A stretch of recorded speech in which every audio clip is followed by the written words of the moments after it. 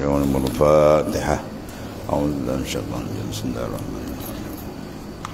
إياك نعبد وإياك نستعين اهدنا الصراط المستقيم صراط الذين أنعمت عليهم غير المغضوب عليهم ولا الضالين ولا حول ولا قوة.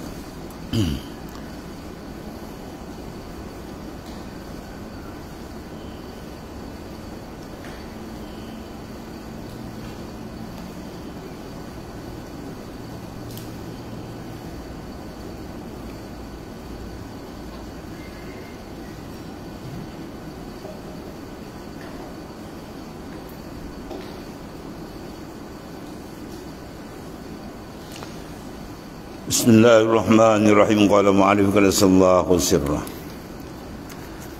Dan jangan anda menyangka bahawa hal ini didapati dengan angan-angan dan dicapai dengan keinginan sahaja.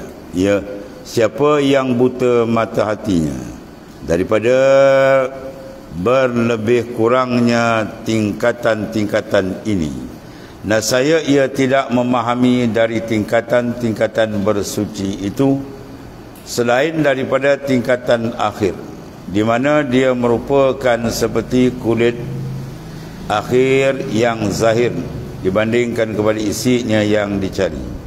Maka jadilah dia memperhatikan pada kulit itu dan memeriksa jalan-jalannya dengan menghabiskan segala waktunya pada beristinja, menyucikan kain, membersihkan zahiriyah dan mencari air banyak yang mengalir. Akhirnya maksud dia apa? Dia menumpukan yang zahir sahaja, sedangkan yang batin tidak diambil perhatian. Sedangkan tajuk secara umum at-tuhur nisful iman.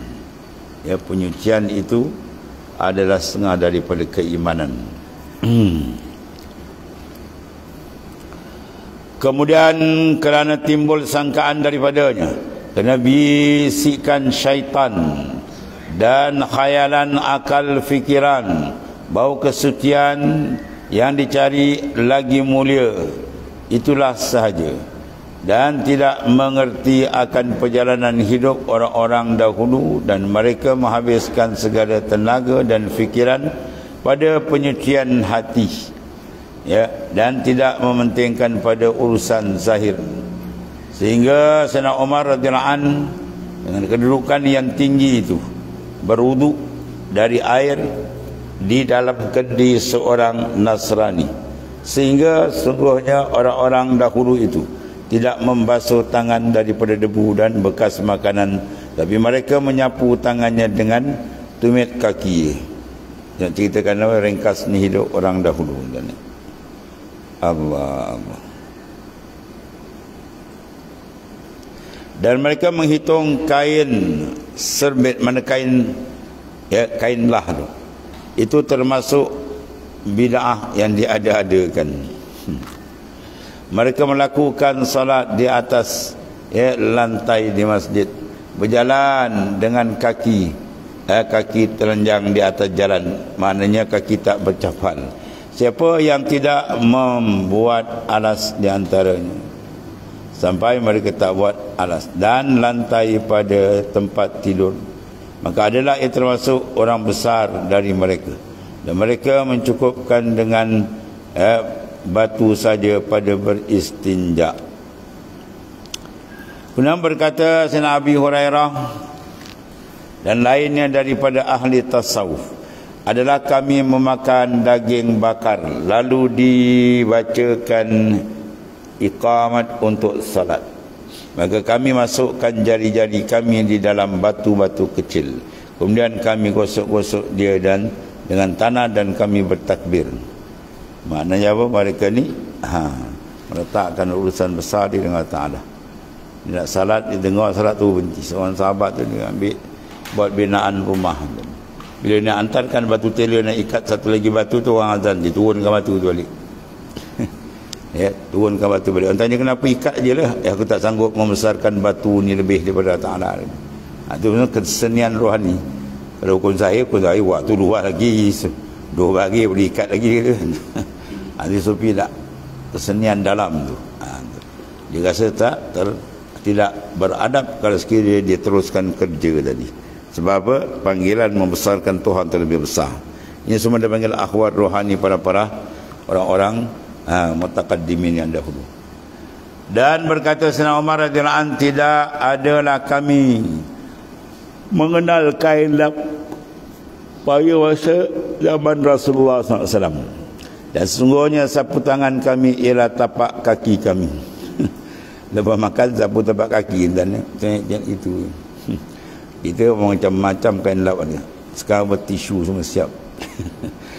Nak makan kotak tisu dah standby. Nak ceritakan apa ni?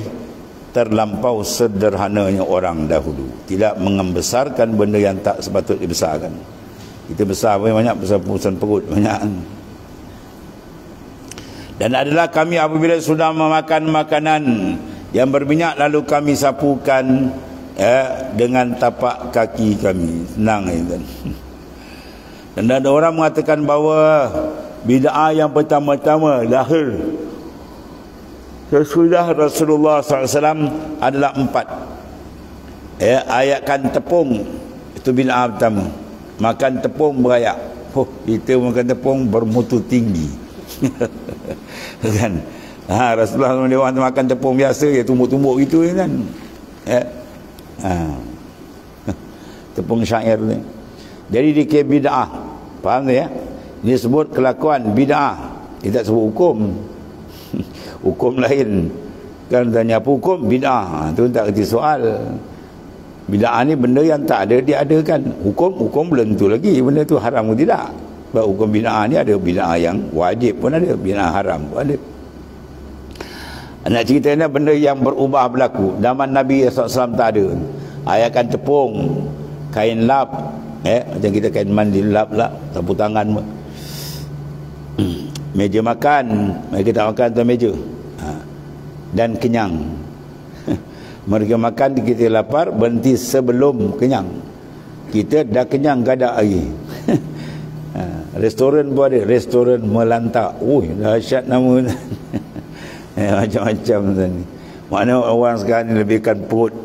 Nak cerita banding orang dahulu melebihkan ruhani dari jasmani.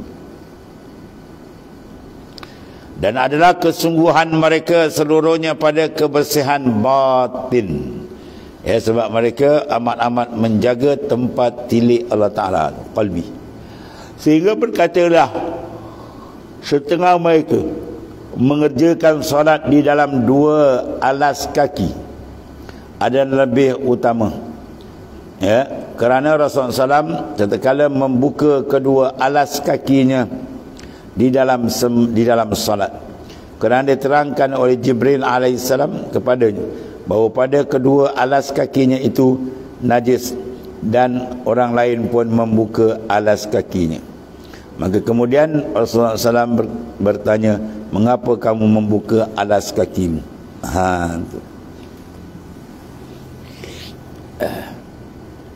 Kemudian berkata An-Nakhai tentang mereka yang membuka alas kakinya, aku suka jikalau adalah orang yang memerlukannya lalu dapat kepada alas kaki itu dan mengambilnya. Dia buka alas kaki, letak itu. Kalau siapa nak ambil lah. Dia kata kalau siapa yang perlu. Senang orang dulu. Kita alas kaki dah mahal, sorok lagi dah. Perkataan ini adalah sebagai petanda bahawa An-Nakhai menentang dibuka alas kaki itu. Jadi walhasil hukum fiqh kata kalau pakai, dia padang pasir kan, kalau pakai kasut kulit lalu tak ada pijak apa, boleh buat semayang sekali, tak ada hal. Almarhum tu ni Aziz dalam jabat semayang kasut-kasut. Jadi bila kita yakin dia tak ada kena najis, tak apalah. Kalau kita yakin ada najis, tahu tu tak boleh kena basuh. Begitulah orang-orang dahulu memandang enteng dalam hal-hal tadi. Dalam hal urusan pakaian, makanan tu lebih kurang. Bukan dia tak ambil, tapi pengambilan mereka tu lebih kurang. Sebab benda tu bukan jadi fokus hidup kita. Fokus hidup kita ialah menterjemahkan kehambaan dengan Allah Ta'ala.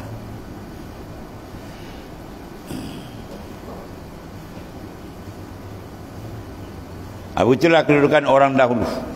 Dia memandang enteng dalam hal-hal tadi, urusan-urusan zahiriah. Bahkan adalah mereka berjalan kaki di atas tanah jalan tadi dengan kaki terbuka. Orang panggil kaki ayam kan, ayam ada pakai kasut kan. Jadi jalan begitu kan.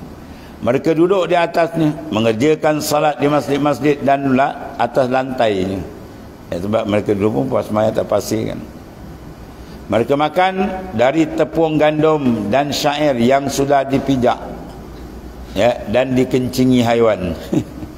Lebih kurang dan syair-syair dia jemur tu kadang-kadang dikencingkan kuda, kadang dikencingkan himar, dikencingkan apa? Unta. Kemudian mereka tumbuk basuh lah benda tu. Maknanya begitulah.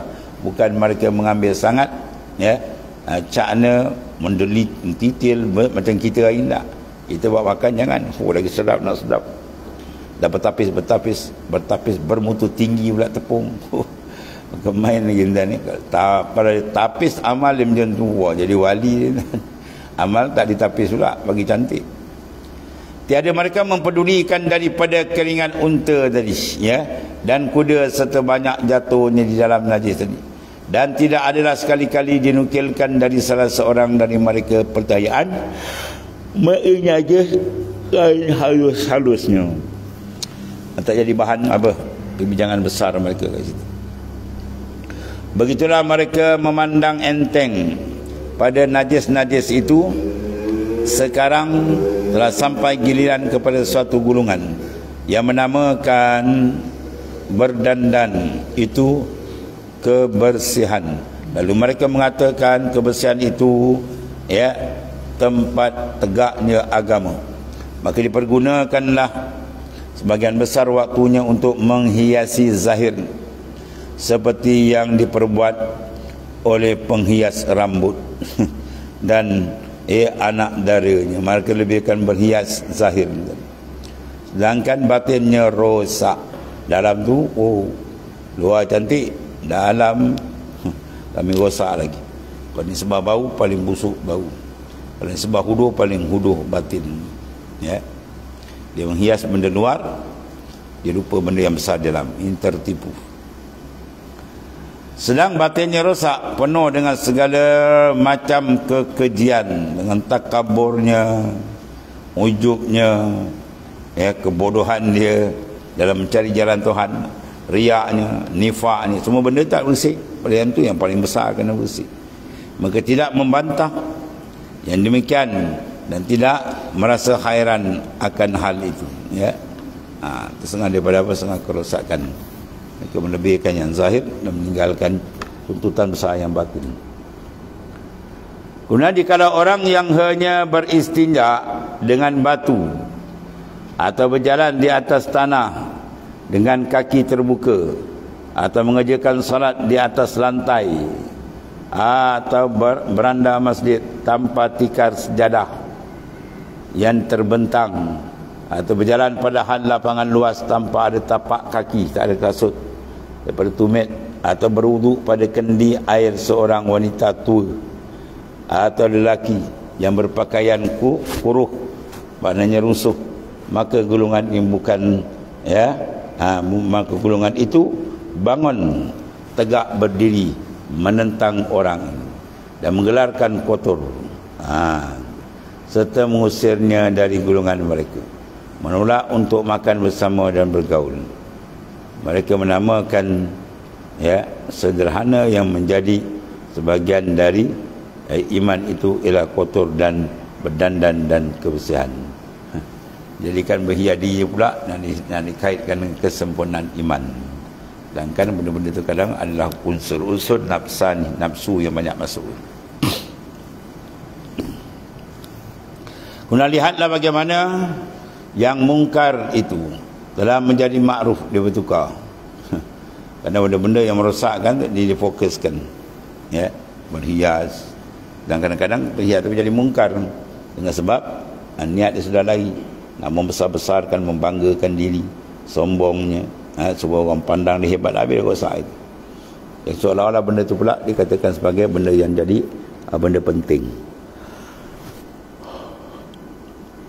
Dan bagaimana telah terbenam dari agama tandanya, sebagaimana telah terbenam hakikat dan ilmunya. Begitulah maknanya apa? Zaman yang berlalu. Zaman Imam Ghazali dah sentuh. Zaman kita ni lagi kan. Mana manusia telah terbalik, dia membesarkan benda yang tidak dibesarkan oleh Ta'ala. Bahkan mereka memandang enteng, dia tak rasa besar benda yang Tuhan pandang besar. Kita kena kabdir ma kabar Allah, sagir ma sagar Allah. Besarkan apa yang dibesarkan oleh Allah, kecilkan apa yang dikecil oleh Allah, bahawa di jalan dia betul. Jika anda bertanya apakah kata Tuan mengenai adat kebiasaan yang diadakan oleh kaum Sufi tentang keadaan dan kebersihan mereka, termasuk yang dilarang atau mungkar. Orang tanya, kalau Sufi lebih kurang macam tu, apa pandangannya? Maka aku menjawab, kata Imam Ghazali, di mana aku berlindung dengan Allah Ta'ala dari memberi penjelasan tanpa perincian, mana tanpa hujah, dalil. Dengan tegas aku mengatakan bahawa membersihkan diri, memberatkan diri dengan perbuatan-perbuatan itu, menyediakan tempat-tempat air dan perkakas-perkakas, memakai sarung kaki dan sarung yang mencukupi untuk menolak debu, dan lain-lain sebagainya dari sebab-sebab itu, maka kalau dipandang kepada diri hal-hal itu semata-mata ada termasuk barang mubah. Dia tak kait dengan apa hukum.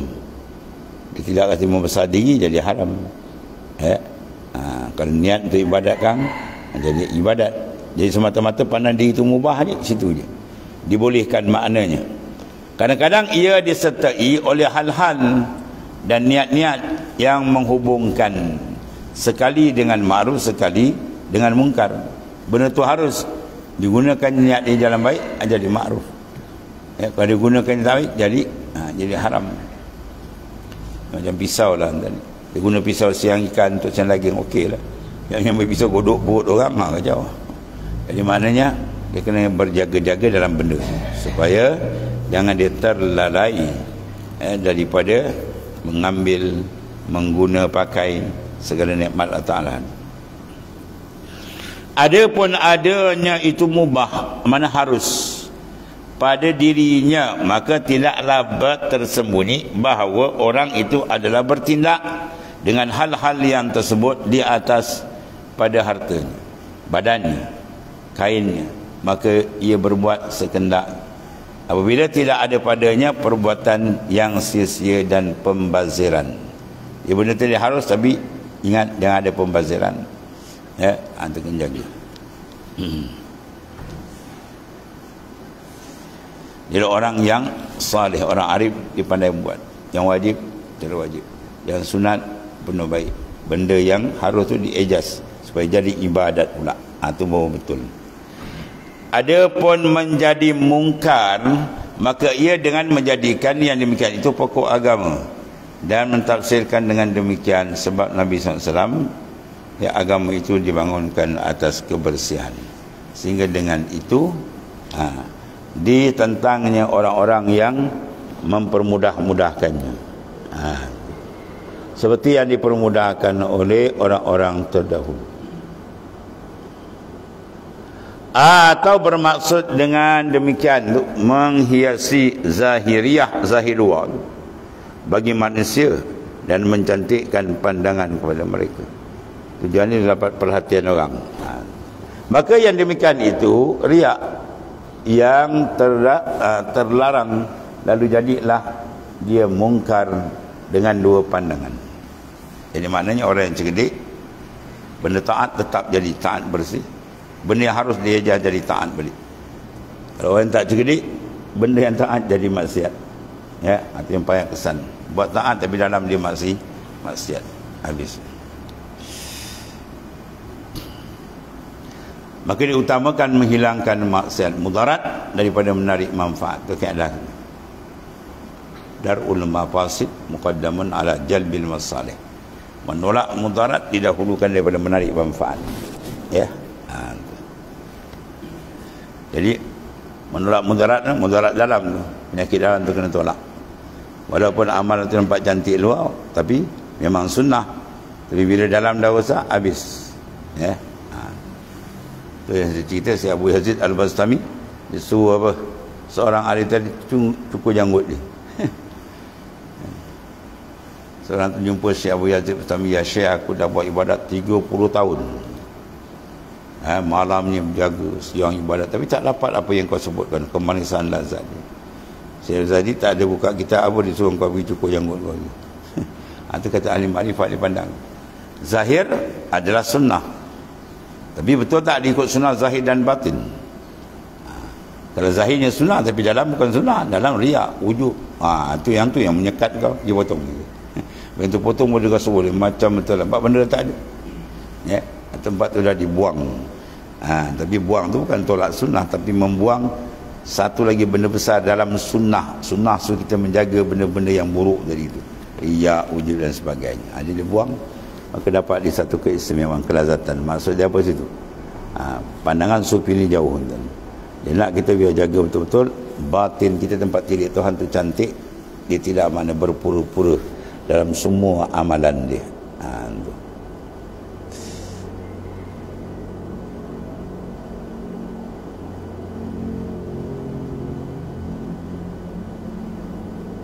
Ada pun menjadi mungkar, maka itu dengan menjadikan demikian, itu pokok agama, dan mentafsirkan dengan demikian. Itu sebab agama itu dibangunkan atas kebersihan, sehingga dengan itu ditentangnya orang-orang yang mempermudah-mudahkannya seperti yang dipermudahkan oleh orang-orang dahulu. Atau bermaksud dengan apa? Demikian itu menghiasi ziarah, ya, zahiriah bagi manusia dan mencantikkan pandangan kepada mereka, pada manusia rosak. Hati daripada manusia bukan pada Tuhan. Itu tempat silap. Okey, demikian itu adalah riak yang terlalang, lalu jadilah dia itu mungkar dengan dua pandangan tadi, ya, untuk mengalih pandangan orang kepada dia dan buat dia jadi bukan kena Allah, jadi rosak. Itu dia antara apa? Pesanan Tuan Pengarang. Kemudian satu lagi, ada pun adanya itu ma'ruf. Dia benda ma'ruf, kan? Benda baik. Maka dalam maksud daripadanya kebaikan boleh jadi, dan bukan perhiasan, menghiaskan diri kita supaya dipandang hebat dan sebagainya. Dan tidak ditentang terhadap yang meninggalkan, dan tidak dikemudiankan sembahyang daripada awal waktu. Kerananya dan tidak terhalang dengan sebabnya daripada mengerjakan perbuatan yang lebih utama daripadanya, atau tidak terhalang daripada ilmu pengetahuan atau lainnya, ya. Itu maknanya semua perkara-perkara jadi mengikut keadaan dia lah. Dibuat perkara itu mengikut betul zahir dan batin dicantik, maka baru diterima oleh Allah Subhanahu Wa Taala. Kemudian summa qala, ada pun ma'ruf, maka adalah maksudnya, wallahu a'lam.